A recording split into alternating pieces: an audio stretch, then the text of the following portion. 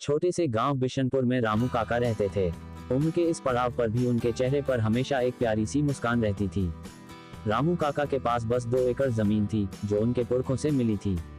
इसी जमीन से उनका परिवार पलता था, पत्नी, 2 बेटे और एक छोटी बेटी।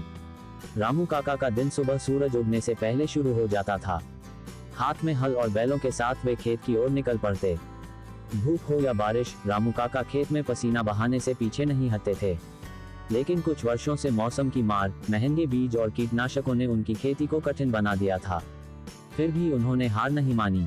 एक दिन गांव के प्रधान ने घोषणा की कि सरकार किसानों के लिए एक नई योजना लेकर आई है जिससे सस्ती दरों पर बीज और प्रशिक्षण मिलेगा। रामू काका ने सोचा, क्यों न कुछ नया सीखा जाए। रामू काका ने प्रशिक्षण में जाना शुरू किया।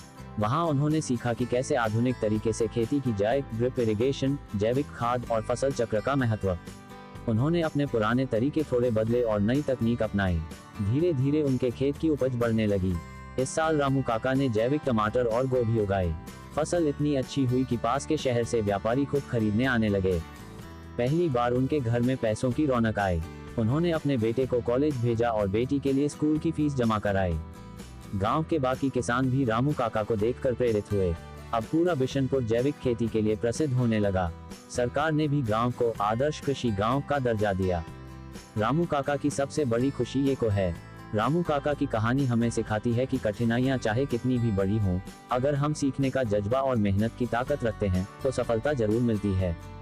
ये वीडियो अच्छा लगा हो तो चैनल को लाइक और सब्सक्राइब करें।